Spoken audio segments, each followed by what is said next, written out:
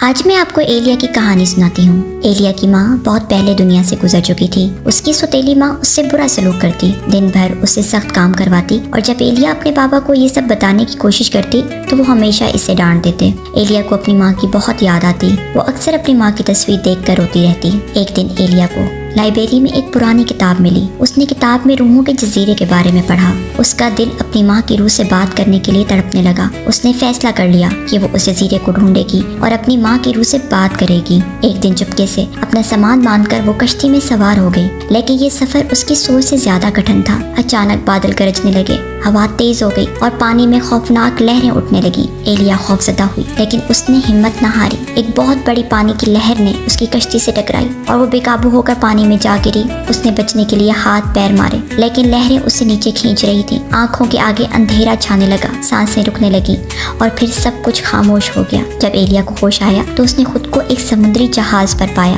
ایک نوجوان شخص اسے ہوش میں لانے کی کوشش کر رہا تھا۔ وہ اٹھ کر بیٹھ گئے۔ ارد گرد کئی آدمی اکٹھے تھے۔ سب سے آگے کپتان یوسف کھڑا تھا۔ وہ ایک طاقتور نوجوان تھا جس کی آنکھوں میں قیادت کی چمک تھی۔ خوش قسمتی سے یہ سمندری لٹیرے عام قزاقوں کی طرح بے رحم نہیں تھے، بلکہ دل کے اچھے لوگ تھے۔ وہ سب ایلیا کو پسند کرنے لگے اور وہ بھی ان کے ساتھ گھل مل گئی۔ ایک دن ایلیا نے یوسف کو اپنے گھر سے نکلنے کی وجہ بتائی اور اسے روحوں کے جزیرے کے بارے میں بتایا۔ وہ پرانا نقشہ دکھایا۔ پہلے تو یوسف نے ہنسی اڑائی، لیکن جب اسے نقشے کی تفصیلات دیکھی تو وہ سنجیدہ ہو گیا۔ بولا، یہ تو بہت پرانا اور خفیہ راستہ لگتا ہے، شاید یہ جزیرہ واقعی میں موجود ہو۔ بالآخر وہ سب جزیرے کی تلاش میں نکل پڑے۔ کئی دن کے سخت سفر کے بعد ایک دن دھند کے پردے میں لپٹا ایک جزیرہ ان کے سامنے آ گیا۔ ایلیا اور یوسف ساحل پر اترے اور آگے بڑھے۔ وہ ایک جنگل سے گزرے۔ انہیں جادوئی احساس ہوا اور وہ آگے بڑھے تو انہیں ایک جھیل نظر آئی جس کا پانی آئینے کی طرح شفاف تھا۔ جیسے ہی ایلیا جھیل کے کنارے پہنچی، پانی میں ایک مانوس عکس نمودار ہوا۔ ماں،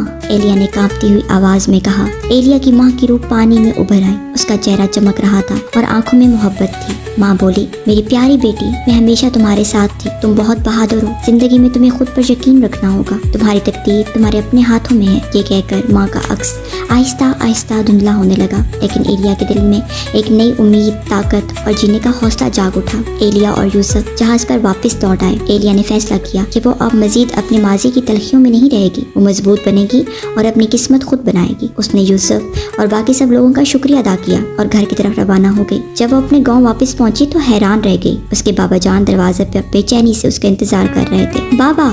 ایلیا خوشی سے دوڑ کر ان کے گلے لگ گئی۔ بابا جان کی آنکھیں بھیگ گئیں۔ انہوں نے ایلیا کو اپنے سینے سے لگا لیا۔ بیٹا، مجھے معاف کر دو، میں تمہیں سمجھنے میں غلطی کی، لیکن میں اب ہمیشہ تمہارا خیال رکھوں گا۔ ایلیا مسکرا دی۔ اب وہ جان چکی تھی کہ زندگی کا اصل جادو محبت، ہمت اور خود پر یقین رکھنے میں ہے۔ دوستو، امید ہے آپ کو کہانی اچھی لگی ہوگی۔ میری ویڈیوز کو لائک کریں اور چینل سبسکرائب کرنا نہ بھولیں۔